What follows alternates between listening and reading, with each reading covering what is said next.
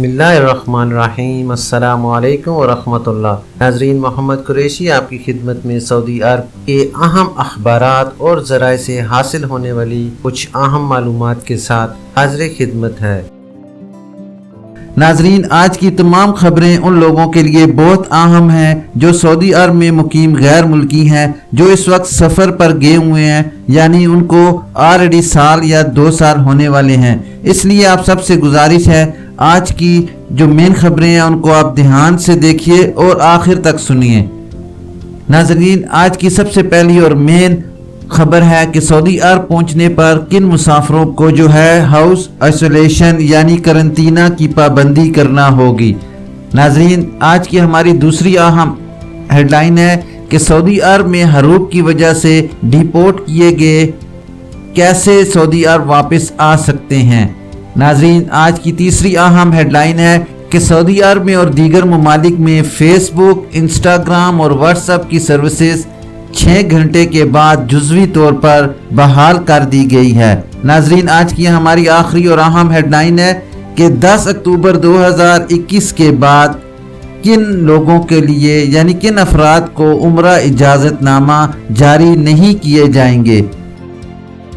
ناظرین، خبروں کی اہم ڈسکشن جاری رہے گی۔ نئے آنے والے حضرات سے گزارش کروں گا کہ جنہوں نے ابھی تک میرے چینل کو لائک، سبسکرائب اور شیئر نہیں کیا، کائنڈلی وہ میرے چینل کو لائک، سبسکرائب اور بیل نوٹیفیکیشن کو اوپن کر لیں تاکہ ہر نئی آنے والی معلوماتی خبر آپ تک بر وقت پہنچ سکے۔ ناظرین، سعودی وزارت داخلہ نے کہا ہے کہ ہوٹل قرنطینہ سے مستثنی زمروں میں شامل ایسا کوئی شخص سعودی عرب پہنچے گا جس نے کرونا ویکسینیشن کی مطلوبہ خوراکیں نہ لی ہوں تو اسے ہاؤس آئسولیشن کا پابند بنایا جائے گا۔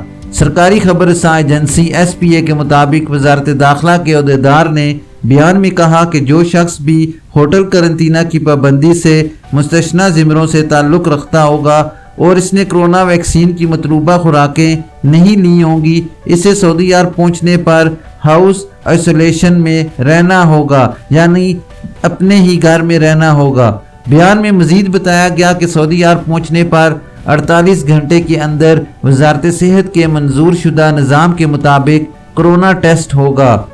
ہاؤس آئسولیشن کا دورانیہ کرونا ٹیسٹ کی منفی رپورٹ آنے پر ختم ہو جائے گا۔ کرونا ٹیسٹ کی شرط سے 8 سال سے کم عمر کے بچے مستثنی ہوں گے۔ سعودی عرب آمد کے 48 گھنٹے بعد ان پر سے ہاؤس آئسولیشن کی پابندی ختم ہو جائے گی۔ وزارت داخلہ کے عہدیدار نے مزید بتایا کہ ہاؤس آئسولیشن کی خلاف ورزی پر مقررہ سزا دی جائے گی۔ ناظرین، وزارت داخلہ نے یہ بھی ہدایت کی ہے کہ سب لوگ کورونا SOPs کی سختی سے پابندی کریں اور حفظان صحت کے ضوابط پر عمل درآمد میں لاپرواہی سے کام نہ لیں۔ ناظرین، چلتے ہیں اپنی دوسری اہم خبر کی ڈیٹیل کی طرف۔ سعودی عرب میں امیگریشن اور رہائشی قوانین کے بعض نکات میں تبدیلی کی گئی ہے جس پر عمل درآمد کیا جا رہا ہے۔ ناظرین، اس حوالے سے ضروری ہے کہ تبدیل ہونے والے قوانین سے باخبر رہیں تاکہ کسی قسم کی مشکل صورتحال سے بچا جا سکے۔ محکمہ پاسپورٹ اینڈ امیگریشن یعنی کہ جوازات کے ٹویٹر پر ایک شخص نے سوال کیا کہ 6 سال پہلے حروب کی وجہ سے ڈیپورٹ کیے گئے کیا واپس سعودی عرب آ سکتے ہیں؟ جوازات کا کہنا ہے کہ قانون کے مطابق ڈیپورٹ یعنی ترحیل ہونے والے غیر ملکی کو سعودی عرب کے لیے بلیک لسٹ کر دیا جاتا ہے۔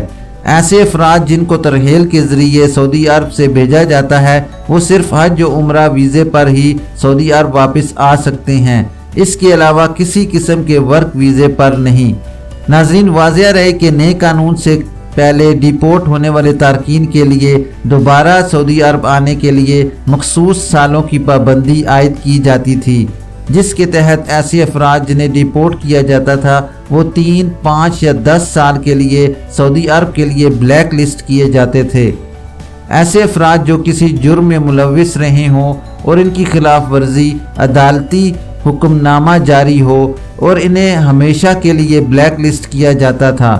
ناظرین، خیال رہے کہ نئے امیگریشن اور رہائشی قوانین کے مطابق ایک بار جو انسان ڈی پورٹ یعنی ترحیل کے ذریعے ملک بدر کیے جانے والوں کو اب تا حیات ملازمت ویزے پر بلیک لسٹ کر دیا جاتا ہے، یعنی کہ وہ دوبارہ واپس کبھی سعودی عرب نہیں آ سکتے۔ ناظرین، ایسے افراد وہ صرف سعودی عرب واپس آ سکتے ہیں محض عمرہ یا حج ویزے پر، اس کے علاوہ وہ دوبارہ واپس سعودی عرب نہیں آ سکتے۔ ناظرین، ایک اور شخص نے سوال کیا کہ فیملی ڈرائیور کا حروب کینسل کرانا ہے مقررہ مدت کے اندر رہتے ہوئے کیا طریقہ کار ہے؟ ناظرین، جوازات کا کہنا ہے کہ گھریلو ڈرائیور جس کا حروب لگا ہے اسے کینسل کرانے کے لیے 2 ہفتے کی مدت ہوتی ہے۔ اس دوران حروب ابشر پورٹل سے کینسل کیا جا سکتا ہے۔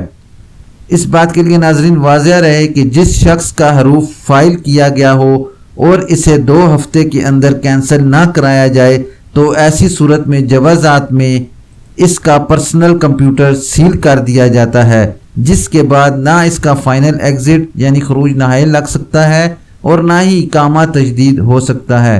ایسے افراد جن کا حروب لگا ہوتا ہے اسے 2 ہفتے کے دوران کینسل کرانا آسان ہوتا ہے، تاہم مقررہ مدت کے بعد یہ مرحلہ کافی دشوار ہوتا ہے، جس کے لیے لیبر آفس میں باقاعدہ کیس دائر کرنا ہوتا ہے جہاں اس بات کو ثابت کیا جاتا ہے کہ حروب غلط فائل ہوا تھا۔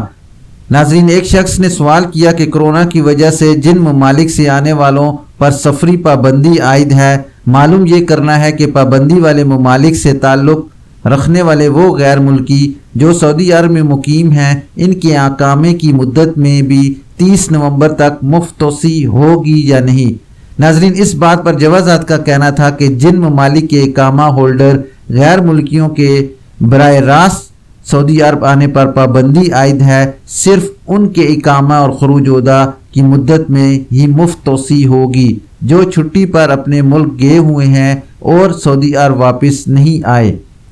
ناظرین، واضح رہے کہ حکومت سعودی عرب کی جانب سے کورونا کی وبا کے ابتدائی دنوں میں جب سعودی عرب میں کرفیو اور لاک ڈاؤن لگایا گیا تھا، مملکت میں رہنے والے غیر ملکیوں کے اقاموں میں مفت توسیع کی تھی۔ تاہم بعد ازاں جب کرفیو اور لاک ڈاؤن ختم ہو گیا اور معمولات زندگی بحال ہونا شروع ہو گئے تو صرف ان تارکین کے اقاموں اور خروج عہدہ کی مدت میں مفت توسیع کے احکامات صادر ہوئے جو چھٹی پر اپنے ملک گئے ہوئے ہیں اور سفری پابندی کے باعث سعودی عرب واپس نہیں آ سکتے۔ مفت توسیع کا مقصد چھٹی پر گئے ہوئے اقامہ ہولڈر غیر ملکیوں کے لیے سہولت فراہم کرنا ہے۔ ناظرین، اب چلتے ہیں اپنی تیسری اہم خبر کی ڈیٹیل کی طرف کہ امریکی ٹیکنالوجی کمپنی فیس بک کے ملکیتی یعنی ان کے under social media plate form یعنی انسٹاگرام، واٹس ایپ اور فیس بک کی سروسز 6 گھنٹے کے بعد جزوی طور پر دنیا بھر میں بحال ہونا شروع ہو گئی ہیں۔ پاکستان سمیت دنیا کے مختلف ملکوں سے سامنے آنے والی شکایات میں صارفین نے اپلیکیشن اور ڈیسک ٹاپ دونوں سروسز میں اچانک پیدا ہونے والے مسائل کی نشاندہی کی۔ ویب سائٹ کے چلنے یا نہ چلنے کی سرگرمی رپورٹ کرانے والے پلیٹ فارم کے مطابق پاکستانی وقت کے مطابق رات 8 بجے کے بعد محدود سے وقت میں 28,000 سے زائد افراد نے انسٹاگرام ڈاؤن ہونے کی شکایت کی۔